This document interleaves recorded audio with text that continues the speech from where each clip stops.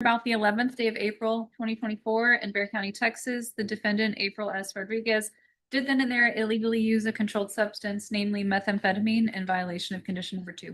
How do you plead to that? True or not true? That's true. In Bexar County, Texas, the defendant, April S. Rodriguez, did then and there fail to report to the supervision officer as directed for the months of February, April, and May of 2025 in violation of condition number 4. How do you plead to that? True or not true? True. And on or about the 10th day of October 2024 in Bexar County, Texas, the defendant, April S. Rodriguez, did then and there fail to submit to drug testing as directed by the supervision officer in violation of condition number 27. How do you plead to that? True or not true? We'll waive the rest, Your Honor. Any objections to the waivers? No, Your Honor. Did you understand by pleading true to violations 2, 4, and 27? Court could find it true, grant the motion, find you guilty, and sentence you up to 2 years in the state jail facility and up to a $10,000 fine? Knowing that, do you still wish to plead true to violations 2, 4, and 27? Well, do I have an option? Oh, you're going to plead not true, and then what will end up happening is we'll have a contested hearing. No, ma'am. So do you still wish to plead true to 2, 4, and 27? Yes, I do. Court will find 2, 4, and 27 true. Is there a proposed? At this moment, the judge officially marks violations 2, 4, and 27 as true, and that is huge. Once violations are found true, the court now has the legal authority to revoke probation and impose jail time up to the maximum. Notice how the state quickly shifts from recommending treatment to recommending revocation. That means they believe April is no longer compliant enough to remain safely supervised in the community. But the defense argues the opposite, that her medical issues explain the missed reporting. Viewers, what do you think? Should health struggles excuse inconsistent reporting, or is the judge right to move toward revocation? Proposed agreement? There is not, Your Honor. The state had originally recommended DVRF, but it doesn't seem as if the defendant would like it. So we're asking for revocation, given that there's nothing else that we can do with her. All right, and defense? Your Honor, we're asking for the court to extend her probation and to give her lifetime recovery as a condition for probation. And I call her as a witness to testify about what's been going on with these violations. Would the court like the court summary? Any objections to the court review and court summary? No objections, Judge. All right, could you raise your right hand? Yes, ma'am. Do you solemnly swear affirm the testimony you give will be the truth and nothing but the truth, so help you God? Yes, All right, you can lower your hand, state your name for the record. April S. Rodriguez.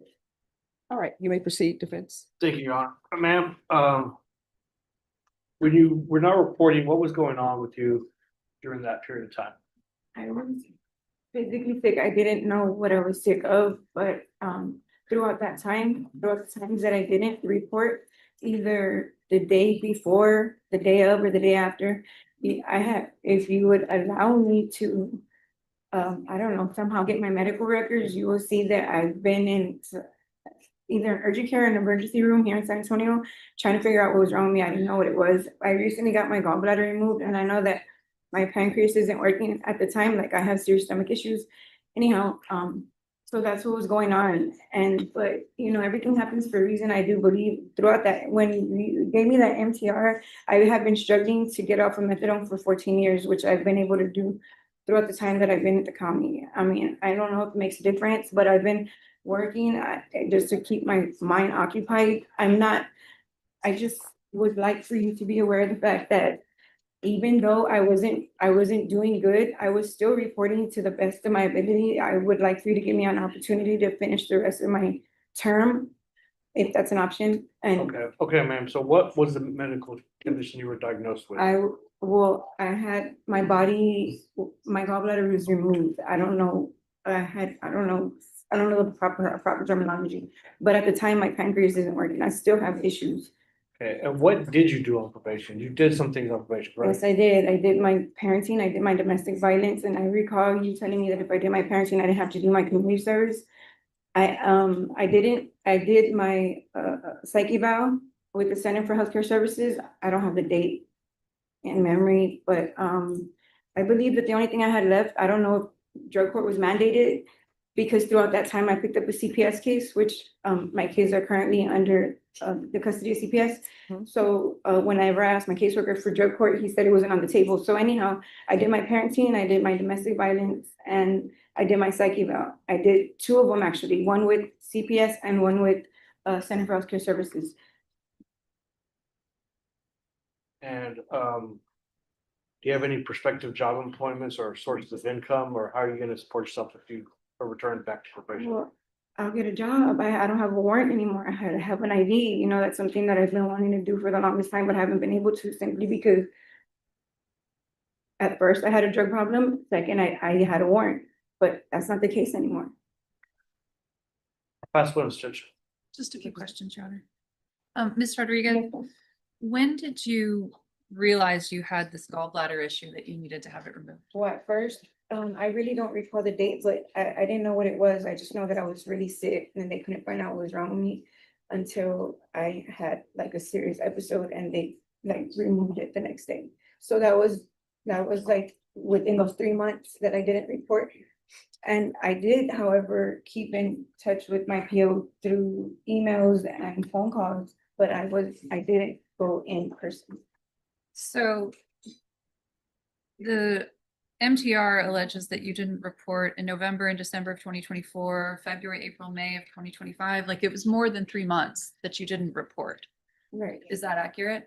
Yeah, it sounds like it is. Okay. So it also, the court summary also reflects the different efforts that the probation office made to get you to report. Do you remember those efforts that Yeah, they were from the- making? Yes, ma'am. Okay.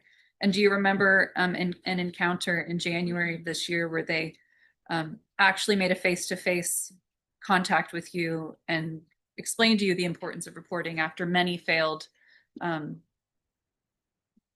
or not failed, but inadequate reporting, that they made a face-to-face contact with you and explained the importance of reporting, and you said that you would. Do you Yeah. remember that? Yes, I do. Okay. Was it after that that your gallbladder was No. removed? My gallbladder was removed within those 3 months, but Before that? yeah. well, Okay.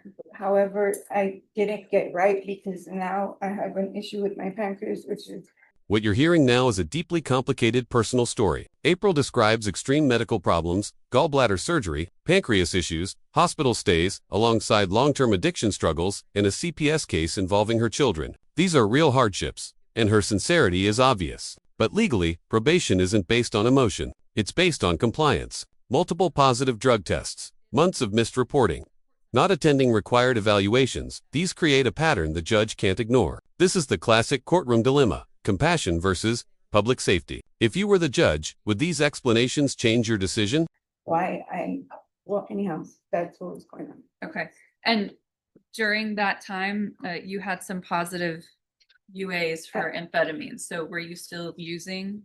Those positive amphetamines was at first. I took the time that I was in the hospital, which was like consistent to be able to not, it was easier for me to stay off of drugs than to get off of drugs. I don't know if that makes sense, but when I got out of the hospital, I wasn't on them anymore. So I didn't ever go back. I was just trying to get my stomach issues situated.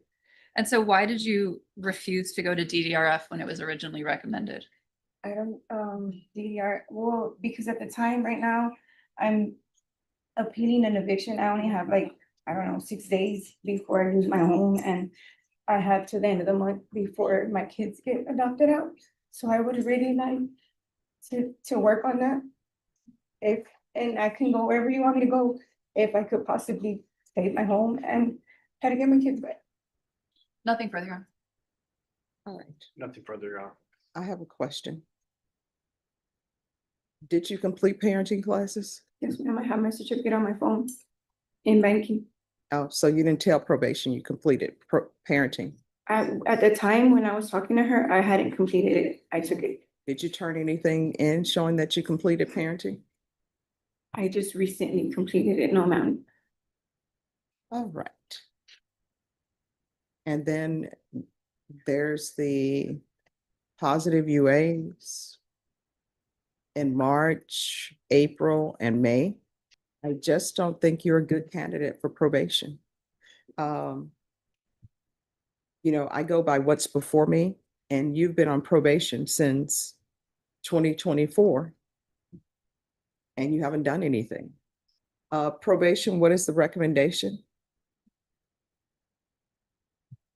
The recommendation on the court summary is for her to keep the area.